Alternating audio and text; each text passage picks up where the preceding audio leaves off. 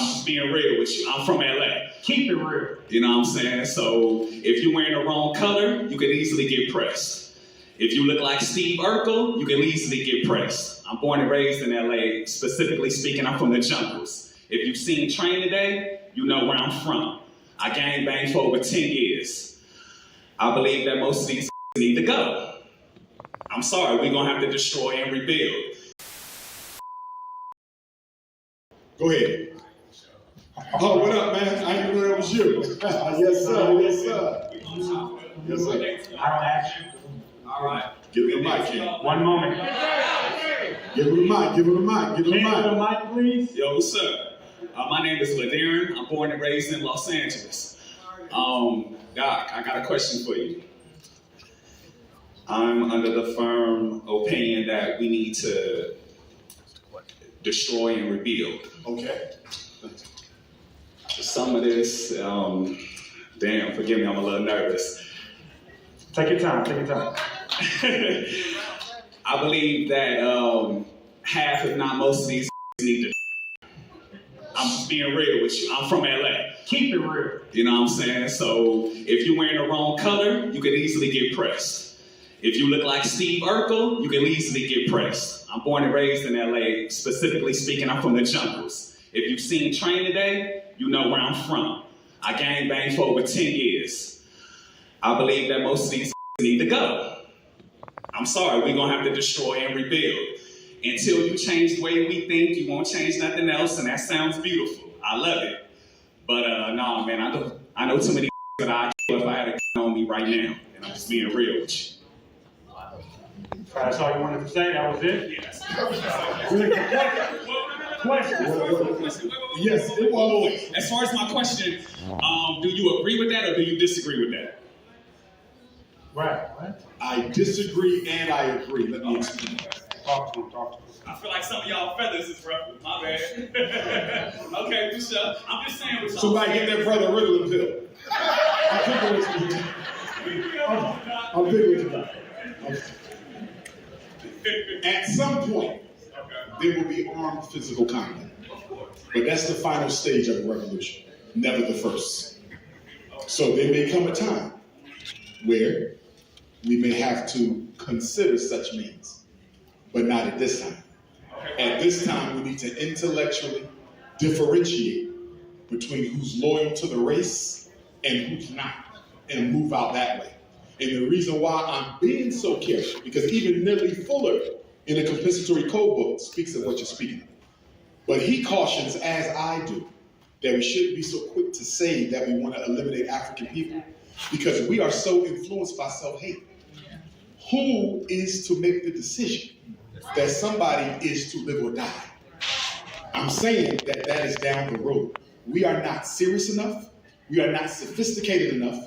We are not organized enough, and we have not spiritually healed ourselves enough to know that I'm singling you out because you are an enemy to the race versus I'm just jealous of you from the beginning.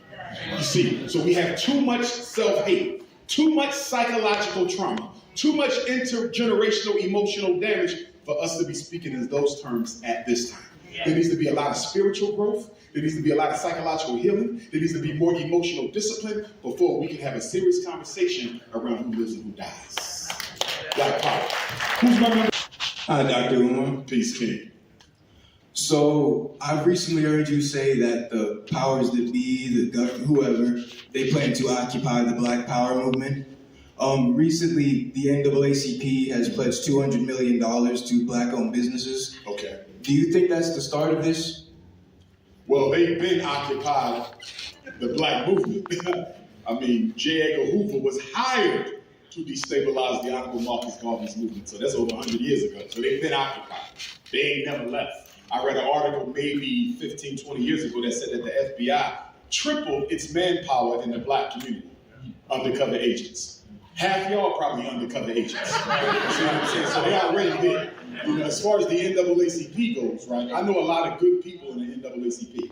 I know a lot of good people in the Urban League, right? I know a lot of good people in the National Action Network. But those institutions were not founded to liberate Black people. you see. And we got to recognize the difference. When I say the NAACP is no good, I'm not talking about the good people in it. I'm talking about the system itself was created to control black people's progress. They finance you to control how far you go. They don't finance you to liberate you. You will never use the white man's money for your own benefit.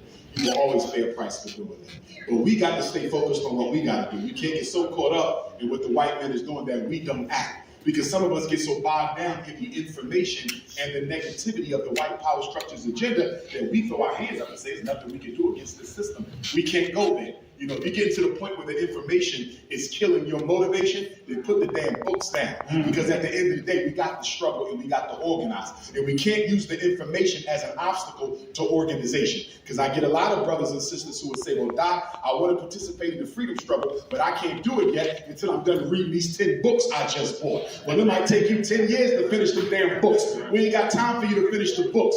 Information informs activism, and activism informs the information. We got too many young brothers, the YouTubian struggle streamer generation in particular, the fake woke society.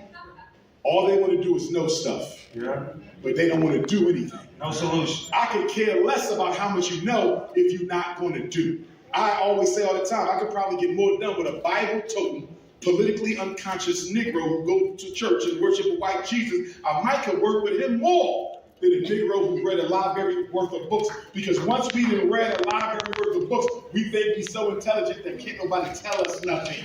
We're too good to participate in the freedom struggle, and we just want to give the orders and not take any. You feel me? Black men, we must maintain humility. The reason why we have so many black men who suffer from a narcissistic personality disorder is because black men are so oppressed in this society that when we find something we can be proud of, we take it to our head and we take it to the sky. We have to learn how to keep both feet on the ground. That's why so many of our athletes can be so narcissistic. It's because we're so used to not being successful, so used to not having power that when we get a little bit of it, it goes to our head and can't nobody tell us anything. And then we take that into our relationships with our women, and then black women are getting tired of us because they say, okay, you're a good husband, and you're a good provider, you're a good father, but why do you want me to be a cheerleader and not your partner? Right, ladies? You date a man who wants you to be a cheerleader, not a partner, a servant, but not a companion. And so black men, we got to keep humble. Humility is a very big thing we got to work on, and we all got to work on it. I work on it as much as I can. I'm a humble guy anyway by nature, but we still got to work on that because that lack of humility is why we as men are not coming together the way that we should. Too many chiefs, not enough Indians. Black power. Who my number 4, the queen with the black shirt with the white. We've never been taught to love self. We've been taught to love Jesus. We've been taught to love Muhammad. We've never been taught to love ourselves. And that's why we need a new educational paradigm for a new black psychology. The two things what we must start with is education and economics. If you say only 2 things in the new year, brothers and sisters, we must focus on education. We got to change the way our babies think, because right now they think like y'all, and that's not good. Because you only black 40% of the week. You Caucasian the other 60. We need black kids who are 100% black every day of the week. You wear 2 costumes. You got a white consciousness and you got a black consciousness, and you switch them on and off as necessary. And that is very damaging to your sense of self and to your cultural identity. And the reason you got to switch off your African consciousness between your European consciousness is because you can't get a job from black folks. We're the only people who do not systematically employ our own. If a teenage kid in Brooklyn need a job, you're going to have hell and high water getting one from a black business. Our people would rather hire non-blacks than our own kids.